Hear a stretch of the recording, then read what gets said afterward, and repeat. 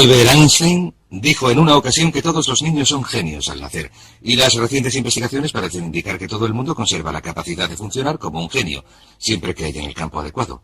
Lo que deseamos decirles en esta sesión es que ustedes son genios. Ustedes tienen la capacidad de funcionar a niveles excepcionales en al menos un campo de su vida, si es que pueden localizarlo. El doctor Howard Gardner, de la Universidad de Harvard, ha escrito un libro llamado Frames of the Mind, Estructuras del Cerebro, en el que estudia el hecho de que en la vida escolar solo se miden dos tipos de inteligencia, la inteligencia matemática y la verbal, y que se considera que uno es inteligente en la medida en que disponga de capacidades matemáticas o verbales. Las pruebas estadounidenses de rendimiento académico, todas las pruebas de ingreso y de selectividad universitarias, se basan en las capacidades verbales y matemática. Pero Gardner ha averiguado que también se puede tener inteligencia artística, inteligencia mecánica, intuitiva, musical, y la más importante de todas para lograr el éxito en la vida, de hecho, una de las bases de este curso es la inteligencia social, la capacidad de llevarse bien con nosotros. Mi hijita Cristina tiene 7 años. Puede que Cristina no saque unas notas extraordinarias en matemáticas o en lectura, pero les diré una cosa. Cuando se trata de llevarse bien con la gente, Cristina es dinámica pura. Y, al ser así, sabemos que siempre que la animen y le den apoyo, nunca tendrá problemas en la vida. Volvamos al punto principal. Usted es un genio. Ese genio, esa inteligencia, esa capacidad creadora, es algo que es suyo por derecho. La creatividad es tan natural para usted como lo es respirar. Y puesto que decimos que todos los niños son genios al nacer, vamos a examinar un par de hechos interesantes. En unos estudios recientes se analizaron los resultados obtenidos en unas pruebas de inteligencia por niños entre 2 y 4 años. Entre los 2 y los 4 años es cuando por primera vez se pueden realizar pruebas de inteligencia, y se pudo ver que, en el 94% de los casos, los resultados indicaban una elevada inteligencia y una elevada creatividad. A continuación se repitieron las pruebas con estos mismos niños a los 7 años, y se vio que solamente en el 4% de los casos los resultados indicaban una elevada inteligencia y una elevada creatividad. ¿Cómo sucedió esto? ¿Por qué este espectacular descenso en la creatividad? Muy sencillo. Entre los 2 y los 4 años y a la edad de 7 años, estos niños hacían cosas, tocaban cosas, las probaban, las olían, se metían en todas partes. A los 2 y 3 años son terribles, a los 4 son fantásticos, etc. Lo que pasó es que averiguaron que cuando hacían esas cosas sus padres se enfadaban, sus profesores se enfadaban, sus hermanos se enfadaban, les gritaban, les daban azotes y les desanimaban a la hora de hacer cosas nuevas, de explorar el mundo con el tipo de entusiasmo que los niños ponen en estas cosas. Averiguaron que si uno quiere salir adelante tiene que hacer lo que se espera de uno, así que con el tiempo se volvieron pasivos. Empezaron a ir al colegio y les sentaron en filas ordenadas. Hablaban cuando levantaban la mano, les decían cuándo podían ir al baño, etc. Pero lo maravilloso es que, aunque esto haya sucedido, la creatividad se sumerge como un río subterráneo y lo que vamos a hacer en esta sesión es hablar de cómo se le puede hacer volver a la superficie. Por cierto, en la Universidad de Minnesota se realizó un interesante estudio hace algunos años. Este estudio se basaba en una prueba psicológica realizada en la universidad para verificar qué factores llevaban a la creatividad en los niños. Y lo que se hizo fue seleccionar a varias madres de la zona urbana de Minneapolis que padecían retraso mental. Esto es, sus coeficientes de inteligencia representaban un máximo de 80. Se localizó a cada una de estas madres en un momento en el que estaban teniendo hijos, y se estableció un experimento por el que los estudiantes de la Facultad de Psicología iban a las casas de estas madres, recogían a los niños a una edad temprana, los llevaban a la universidad, los situaban en un entorno donde podían jugar, donde se les estimulaba, oían música, tenían juguetes. Los estudiantes experimentaban con ellos y les mantenían ocupados, los cogían en brazos y jugaban con ellos, etc. Al final de este experimento, y según iba progresando, cuando llegaron a una edad en la que se les pudo hacer una prueba de coeficiente de inteligencia sobre los 5 o 6 años, se averiguó que los resultados de estos niños rondaban los 130 puntos, que, como saben, se aproxima a lo excepcional. Se considera que una persona con un coeficiente de inteligencia de 140 es un genio. Un coeficiente de inteligencia de 130 está algunos puntos por debajo de lo que se necesita para ser clasificado en el nivel superior. Cuando se les repitieron las pruebas, un par de años después, el resultado medio fue un coeficiente de inteligencia de 132 puntos. ¿Cuál era la clave? ¿Cuál era la clave para este increíble desarrollo de la mentalidad? Averiguaron que la clave era la estimulación. La clave era la estimulación. Averiguaron que durante los años iniciales de formación de un niño, el nivel de inteligencia y creatividad que se desarrolla está en proporción directa con la calidad y la cantidad de estimulación que un niño recibe. ¿Qué significa esto para ustedes y para mí? Pues significa que si tienen niños, lo mejor que pueden hacer es suministrarles un entorno que los estimule. Significa que si desean ser una persona muy creadora, lo mejor que pueden hacer para ustedes mismos es suministrarse una dieta que les estimule. Distintos libros, cintas, ideas, personas, situaciones, entornos.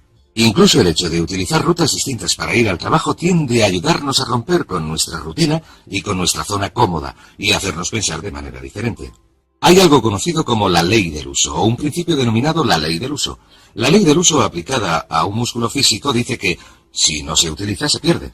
Si no se utiliza un músculo durante un periodo de tiempo, se atrofia y no se puede utilizar. La ley del uso también se aplica mentalmente a su nivel de creatividad.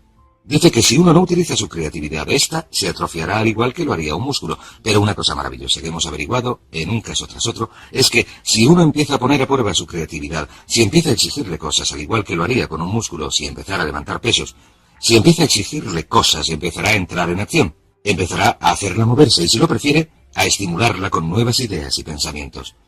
Así que la clave consiste en empezar a estimular su mente alimentándola con todo tipo de cosas que hagan que rompa con la rutina habitual. Hay otro aspecto interesante de la creatividad que resulta importante: el lenguaje. Una de nuestras averiguaciones consiste en que una de las correlaciones más estrechas en nuestra sociedad, la correlación directa con el éxito en cualquier campo, es la que existe entre el éxito y el conocimiento verbal.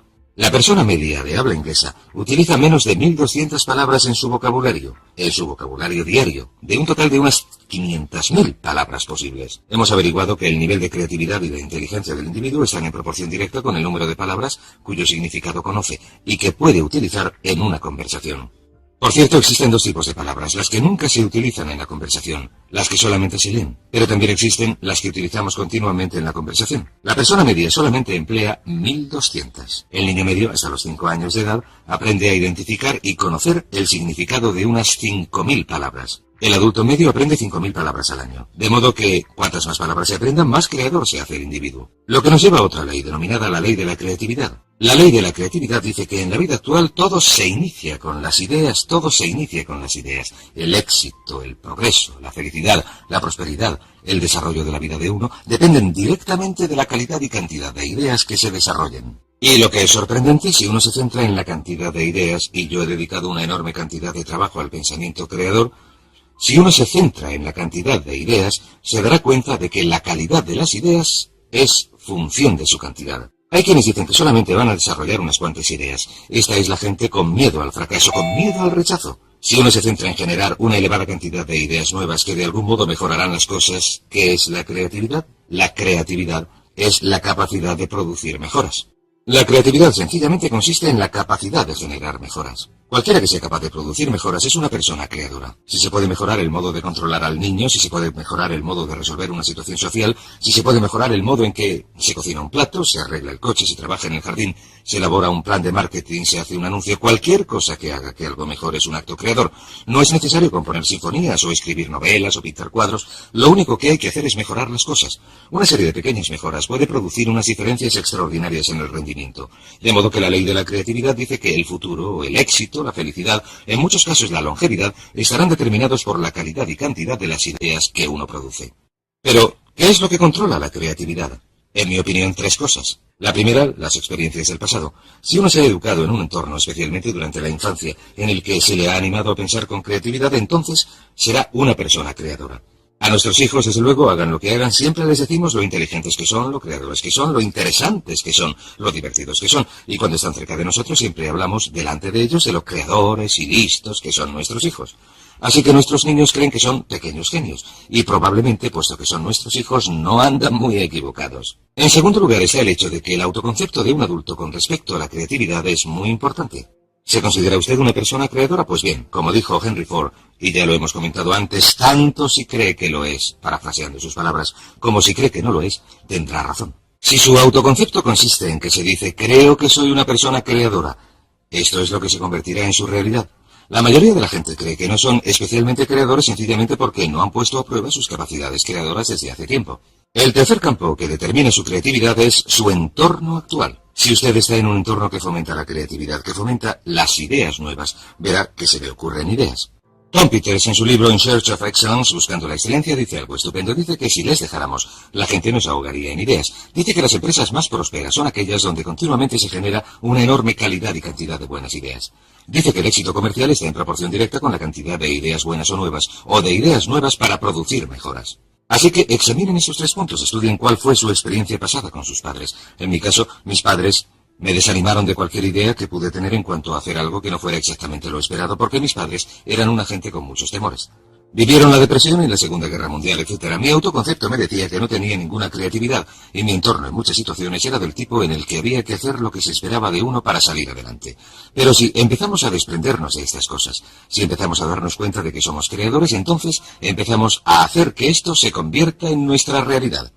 Ahora bien, existen dos tipos de personalidades, lo que llamamos la personalidad mecánica y lo que llamamos la personalidad adaptable. La principal diferencia entre estos dos tipos consiste en que la personalidad mecánica es rígida y la personalidad adaptable es flexible. La personalidad mecánica tiende a ser dogmática. En otras palabras, quienes la tienen dicen tajantemente que las cosas son de una manera, hacen declaraciones que podríamos definir como en blanco y negro.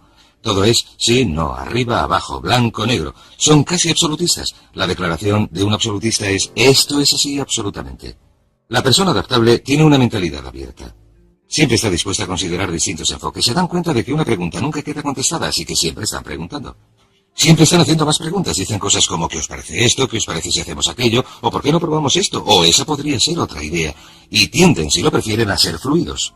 Si se plantea una idea nueva, si acaban de tomar una decisión y se plantea una idea nueva, dejan la primera y adoptan la segunda. Son muy flexibles. Y verán que las personalidades adaptables son las personalidades con más éxito, las más felices. De hecho, existe una relación directa entre un amor propio reducido y la falta de seguridad. Falta de seguridad. La gente recurre a su inseguridad. Y la gente con un elevado amor propio con seguridad, los que están satisfechos consigo mismos, están dispuestos a cuestionar las ideas. De modo que pregúntense en qué lugar del gráfico se sitúan ustedes en cuanto a tener una personalidad mecánica o adaptable. Y he aquí 4 preguntas fáciles que se pueden hacer, 4 maneras fáciles de analizarse. Pregúntense lo siguiente: ¿con qué facilidad en una escala de 1 a 10 pueden hacer una de estas manifestaciones? Número 1. ¿Con qué facilidad pueden decir me he equivocado, no tenía razón? Me he equivocado, no tenía razón. Verán, las personas adaptables, las personas flexibles y fluidas están dispuestas a reconocer que se han equivocado, y las personas mecánicas, o si lo prefieren, rígidas, son las que no pueden admitir que se han equivocado, de modo que lo que hacen es esforzarse por ocultar su error. Trabajan mucho para defenderse y proteger sus errores en lugar de decir me he equivocado. Una vez que uno ha dicho me he equivocado, no hay nada que discutir, entonces uno se puede dedicar a hallar la solución. He aquí otra manifestación. ¿Con qué facilidad, en una escala de 1 a 10, pueden decir he cambiado de opinión, es verdad? Antes me parecía buena idea, pero he cambiado de opinión. La capacidad de cambiar de opinión es el distintivo de una persona flexible. ¿Con qué facilidad pueden decir no lo sé, en una escala de 1 a 10? Si alguien, un hijo, un padre, un jefe, les hace una pregunta, ¿con qué facilidad pueden decir no lo sé? O manifestación final, ¿con qué facilidad pueden decir necesito ayuda, no lo puedo hacer yo solo, no tengo la capacidad suficiente, necesito que alguien me ayude, necesito ayuda, he cambiado de opinión, no lo sé? Estas son las manifestaciones que hace una persona flexible. Muy bien, estudiemos otro par de aspectos de la creatividad. Tenemos la ley del uso, tenemos la ley de la creatividad. Sabemos que el lenguaje y el vocabulario están directamente relacionados con esta. Sabemos que el autoconcepto es parte esencial de la creatividad, que cuanto más se gusta uno a sí mismo, cuanto más cree uno en sí mismo, más probabilidades tiene de ser creador. Así que el siguiente punto es preguntar. Sencillamente, la capacidad de hacer preguntas. Cuanto más dispuesto esté uno a hacer preguntas una y otra vez, cuanto más dispuesto esté uno a decir qué pasaría si lo hiciéramos de otro modo, qué pasaría si cambiáramos, qué pasaría si hiciéramos lo contrario de lo que estamos haciendo, qué pasaría si hiciéramos más, si hiciéramos menos, si dejáramos de hacerlo por completo, estas son las preguntas de una persona creadora. Ahora bien, como ya he dicho, usted es un genio. Sin embargo, ¿va usted a desarrollar su genio plenamente? El único modo de que pueda desarrollar su genio plenamente es empezando a utilizar algunas de las técnicas que hemos comentado en este seminario. Una de ellas es tener unas metas muy claras. Si usted tiene unas metas claras que desea lograr, estas estimularán su creatividad, como comentaremos en el próximo módulo. La segunda parte es empezar a utilizar afirmaciones, y la mejor afirmación es soy un genio, soy un genio, soy un genio, y repetirlo una y otra vez. Sucederá algo sorprendente si repiten estas palabras. En su mente consciente y subconsciente, cuando empieza a decir una y otra vez en su mente consciente, soy un genio, soy un genio, soy un genio, usted impulsa el mensaje al subconsciente. ¿Sabe lo que hace el subconsciente? El subconsciente dice, de eso nada, ganso, no se te ha ocurrido una idea decente en los últimos 10 años. Pero usted dice, soy un genio, soy un genio. Usted hace que penetre el mensaje, imprime el mensaje en su subconsciente. El subconsciente le conoce, lleva mucho tiempo con usted, sabe que nunca se le ocurre nada que valga la pena, pero usted insiste. Soy un genio, soy un genio, soy un genio. Continúa haciendo que penetre el mensaje. Finalmente el subconsciente dice, muy bien, si esta es la nueva orden, si es esto lo que quieres, allá va. He aquí una idea. Haz algo con ella. Y en medio de una conversación, cuando uno está hablando de un problema, de repente se le ocurre una idea y alguien dice, ¡caray, qué buena idea! Y usted contesta, claro, ya sabes, soy un genio. Y le repiten, sí, es una idea bastante buena. Y verá que se convertirá en un genio en la medida en que acepte la creatividad innata. Es como si viviera en un terreno y debajo de ese terreno hubiera un enorme depósito de genio, y cuando afirme algo una y otra vez irá perforando más y más hasta llegar a un punto, al afirmar y visualizar, a un punto en que alcance este depósito de genio y el genio empiece a manar como si fuera un pozo de petróleo. Y cuando empiece a fluir, les diré lo más sorprendente, cuando empiece a fluir, diremos por qué funciona esto en un momento, cuando empiece a fluir, se le ocurrirá una idea tras otra. Pues bien, el punto más importante de todo este asunto consiste en entender lo siguiente, que no hay nada que no pueda lograr si explota este genio, que toda productividad y prosperidad se derivan de las ideas y que la fuente de las ideas es inagotable, lo que significa que su potencialidad es inagotable. Significa que no hay límites en cuanto a lo que puedan hacer, o tener, o ser, si desbloquean su creatividad innata, que si repiten una y otra vez, soy un genio, soy un genio, soy un genio, soy un genio, y a continuación esperan confiadamente. En el momento preciso en que la necesiten, se les presentará la respuesta precisa en la forma precisa que deseen.